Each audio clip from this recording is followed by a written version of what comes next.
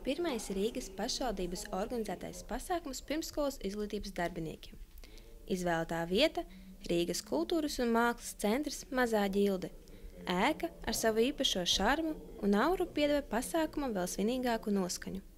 Atnācēji bija daudz un dažādi, gan sabiedrībā atpazīstams personas, gan paša pirmsskolu izglītības darbinieki, kas saviļņotā noskaņojumā vēroja notiekošo, gan arī mazie bērni, kuri priecēja skatītājus ar savu uzstāšanās mākslu. Jāpiebilst, ka pasākums bija veidots ar īpašu nozīmi. Tajā godināja pirmsskolas izglītības darbiniekus.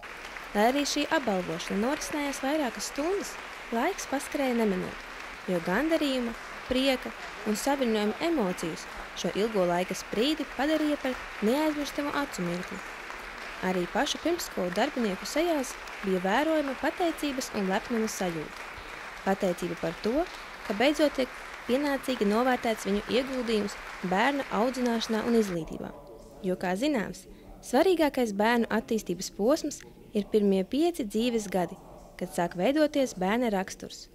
Savukārt lepnuma sajūta radās par savu darbu, par to, ka šie darbinieki palīdz un veido sabiedrību, sniedz bērniem savu gādīgumu un rūpes. Jāmin, ka pasākuma laikā zālē valdīja īpaša atmosfēra. Tāda kā sen gaidīta brīnuma pienākšana. Cilvēki priecājās, birdināja prieka asaras. Vienu vārdu sakot guva pasakaini daudz pozitīvu emociju.